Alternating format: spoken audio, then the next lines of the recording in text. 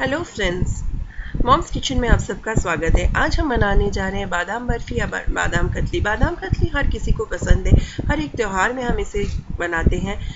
आज इस रामनवमी के त्यौहार में भी हमने बादाम कतली बनाई है। इसके लिए हमें बादाम को रात भर भिगो के रखना है या फिर 4 से 5 घंटे पानी में इसे धोकर अच्छे से भिगो के रखना है। इसके बाद हमें इसके पानी को अच्छे से छान लेना है। देखिए हम किस तरह से स्ट्रेनर से इसके पानी को अच्छे से छान ले रहे हैं।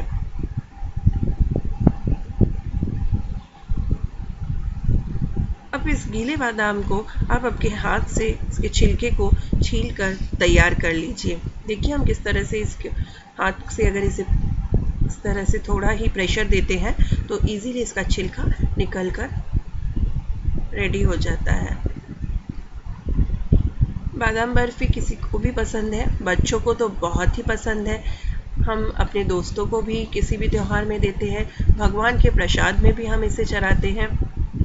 तो फिर बाज़ार से खरीद के लाने की हमें कोई ज़रूरत नहीं है, बहुत ही जल्दी बन जाती है और बहुत ही स्वादिष्ट बनती है।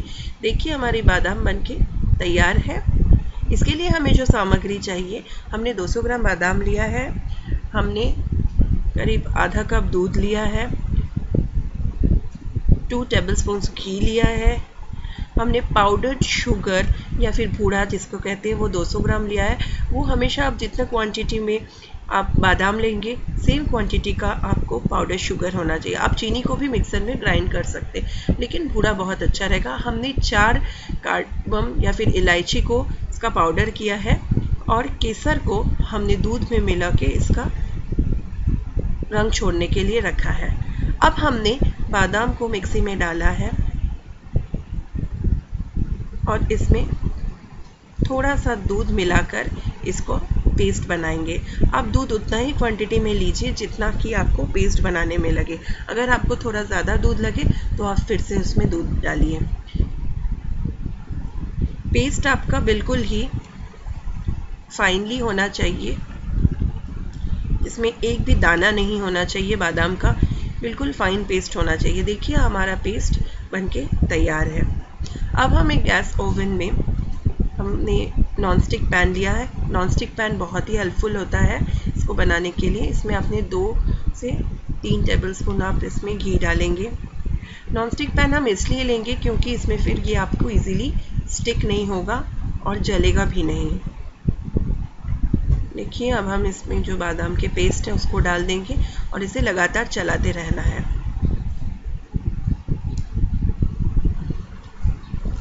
देखिए हम किस तरह से चला रहे हैं।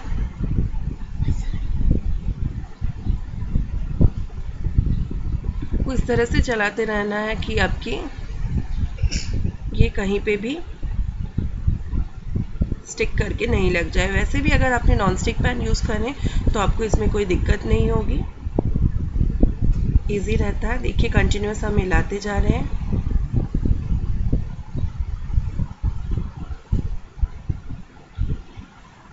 अब आप इसमें पाउडर्ड शुगर या फिर बूढ़ा डालिए। आपको ये कहीं भी किसी भी किराने के दुकान में मिल जाएगा। आप इसको ऐसे चलाते रहिए कि इसमें कोई भी दाना ना रहे, अच्छे से ये मिक्स हो जाए। आप इसको हमेशा मीडियम फ्लेम में बनाइए। जैसे ही आप इसमें जो शुगर या फिर पाउडर शुगर या फिर बूढ़ा डालेंगे तो इसका पानी निकल आएगा। देखिए मैंने केसर मिला हुआ दूध भी इसमें मिला दिया है। ये ऑप्शनल है, आप चाहे तो दे सकते हैं, नहीं चाहे तो आप नहीं भी दे सकते। इससे आपका फ्लेवर और कलर अच्छा आता है। इसे आप फिर से मिलाते रहिए। इसको आप तब तक मिलाते रहिए जब तक कि ये एक कंसिस्टेंसी आपकी थोड़ी हार्ड ना आ जाए। ये देखिए ऑलमोस्ट बन गया है। इसका पानी है वो आपका चला जाना चाहिए। और मैंने ये रस पाउडर किया हुआ इलायची भी इसमें डाला है। ये थोड़ा आपका ले जैसा बन जाएगा। देखिए किस तरह से तो पानी सूख चुका है। ये चारों ओर से इस तरह की आपकी एक ले जैसा होगा और ये आपकी स्टिक भी नहीं करेगा। जैसे इस कंसिस्टेंसी में आता है आप समझ जाइएगा कि आपका मिश्रण बनके तैयार है। अब आप इसे एक प्लेट में डाल लीजिए और इसे ठंडा करने के दीजिए। आधा घंटा या फिर 1 घंटे के करीब बाद आपका ये इस तरह का एक डो जैसा बन जाएगा।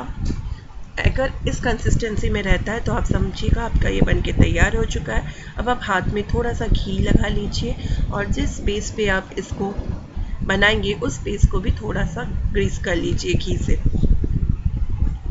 देखिए जिस तरह से आप रोटी के लिए आटा गूंथते हैं, थोड़ा सा इसे गूंथ लीजिए। अब आप इसे रोटी बनाने की तरह इवनली से स्प्रेड कर दीजिए। अगर आपका इस कंसिस्टेंसी में ये मिश्रण नहीं बनता है या फिर आपको इस ईज़ के साथ अगर आप नहीं इसको बेल सकते हैं तो फिर आप इसको फिर से कढ़ाई में डाल के या फिर नॉनस्टिक पैन में डाल के थोड़ा सा और पका लीजिए। ये देखिए अब हम इसे थोड़ा सा ठंडा करने देंगे। अब आप चाकू में अच्छे से घी को ग्रीस कर लीजिए और इसे बर्फ़ी के आकार में काट लीजिए, जिस तरह से आपकी बादाम कतली की बर्फ़ी होती है। देखिए हम किस तरह से कर रहे हैं। ये ज़्यादा देर बाद आप इसको ज़्यादा आपको फ्राई नहीं करना है या फिर ज़्यादा देर तक इसे स्टैंड में नहीं रखना है, नहीं तो ये बहुत हार्ड हो जाएगा। ये हल्का गरम जैसे रहे उसी वक्त आप इसको काट लीजिए, वरना आपको ज़्यादा ठंडा हो जाने से आपको इसे काटने में बहुत ही मुश्किल होगी। देखिए हम किस तरह से इसे काट रहे हैं।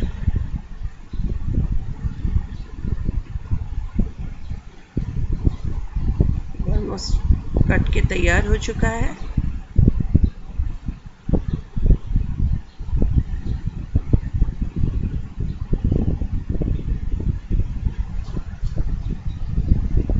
अब आप इसे करीब 4 घंटे के लिए स्टैंड करने के लिए दे दीजिए। 4 घंटे के बाद आप देखेंगे ये हार्ड हो चुका है, इसका कलर भी बहुत फेड हो चुका है। देखिए कितना हार्ड हो चुका है, इसे निकालने में भी थोड़ी मुश्किल होती है। इस तरह से आप इसके बर्फ़ी को निकालिए। देखिए हमारा ये काजू बादाम कतली बनके तैयार हो चुके हैं। अब आप इसे डेकोरेट कीजिए जो इवनली शेप है, इस तरह से।